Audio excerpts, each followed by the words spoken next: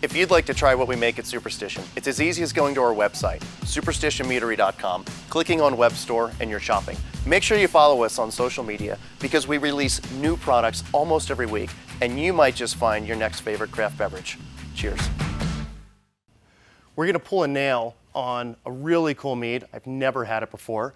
It is Blackberry Hex, but it's aging in a very special barrel. So when we made the white series last year, we came out with coffee white, and that was for the first time a coffee mead in that series, and also for the first time a bourbon barrel that went into that series, because traditionally we always use brand new American oak barrels to make up the different fruity flavors that go into that white chocolate and vanilla mead, and the coffee turned out to be delicious. We put the coffee in when we pulled it out of the barrel. We used our hop back to circulate and do that. So there's not going to be coffee flavor in here, or if there is, someone's playing a prank on me. But I expect this to be a really amazing blackberry mead.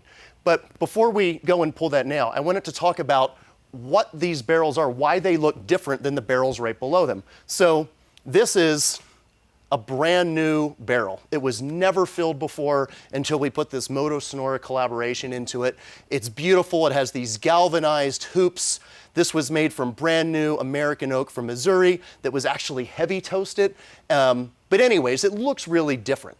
Now, it's made from American oak just like this barrel, but this barrel looks completely different. One, it's a different size. It's 53 gallons instead of 60. And it's that size because this was a bourbon barrel at one point in time, and all bourbon barrels are heavy charred. So similar to this is heavy toasted, but this is actually charred. Like the inside of those staves looks like an alligator tree after it's been in a forest fire. So that's what the inside of this looks like. It made bourbon, then it made our white series without fruit and without coffee, and then we put blackberry white into it. But you're gonna see that this barrel, it required a lot of repair. You can see all of this white, drippy, gooey stuff on there, and even there's some mead that's seeping out of these little porous areas in the head staves of the barrel, and the cruise is where the head staves and the main staves of the barrel meet up. And there's a little groove in here called the cruise, and that's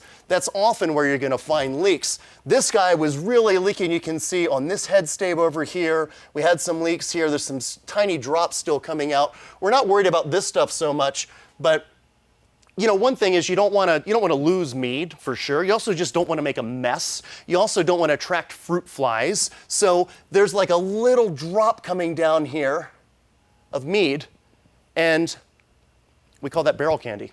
And it tastes like wood, and it tastes a little bit like rust because there's a rusting steel, you know, hoop right here. So that was a very minerally fruity bit of barrel candy there. And for the most part, we want to clean that off of our barrels and our barrel racks just to keep everything clean and sanitary and easy to work with. There's even an element of safety to that. But the way that we have to work on these barrels is really interesting because there's no nails holding any of this together. You're going to see a rivet that holds the metal hoop and keeps that from separating, but otherwise this actually is not attached. And so on this barrel here, you can see this head hoop is loose.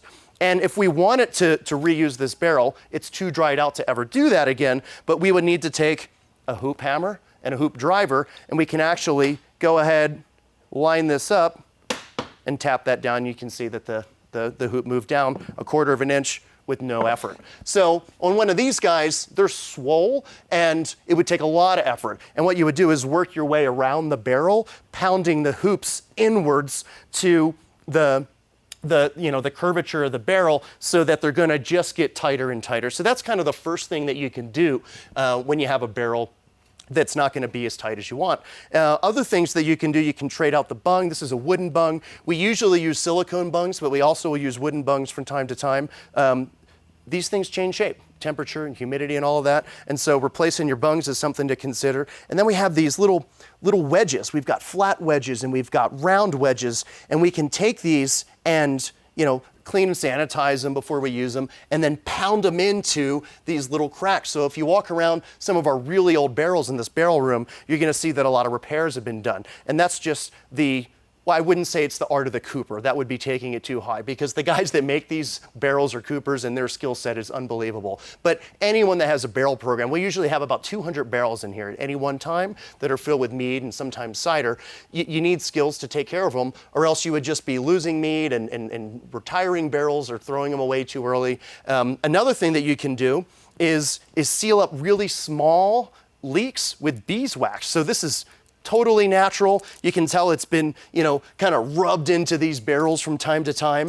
And you just take a blowtorch, drip some wax into there, and you're sealing away. So that's what all this white stuff is. It starts off kind of off-white, and then as you heat it up, it just turns into this white beeswax natural goo that it's perfect for sealing up a barrel from time to time. So those are some of the basic tools and techniques that we use to maintain our barrel program. But enough talking, let's get up there and see how this is tasting. So while I was assembling all of my tools, there's this nice flat bit on this ladder here that gets me every single time, because I've never had a ladder with that. I'm always just grabbing the steps. So anyways, we're up here now. I've already sanitized the nails and the silicone bungs that are on top, and we're going to pry this out.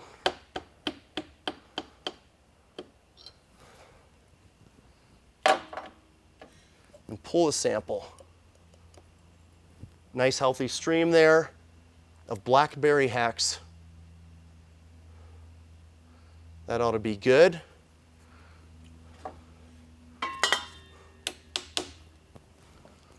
It looks like Blackberry Hex. And it smells like it, but it's definitely changing in the barrel. There's a bit of a spicy character that I don't remember being in Blackberry Hex in the aroma. I get a little bit of vanilla. I would expect more, but I have a feeling it's going to taste differently than it smells. And there's the vanilla. Wow. It's always interesting when the aroma of a product, it's not like it's totally different, it's just missing what was in the flavor. You can still get it, but it's like it's just teasing your palate until you actually take a sip. And then you're satisfied, and that's it. This is an amazing mead. And it's cool because it hasn't gone so far that, it's going to taste the same as Blackberry White. I think that's the obvious comparison that our customers will make, because we're saying, hey, this was in this kind of barrel, this was this mead, they have a similar recipe. But it's just, it's perfect. It is an awesome blackberry mead. I'm super stoked on that. Cheers.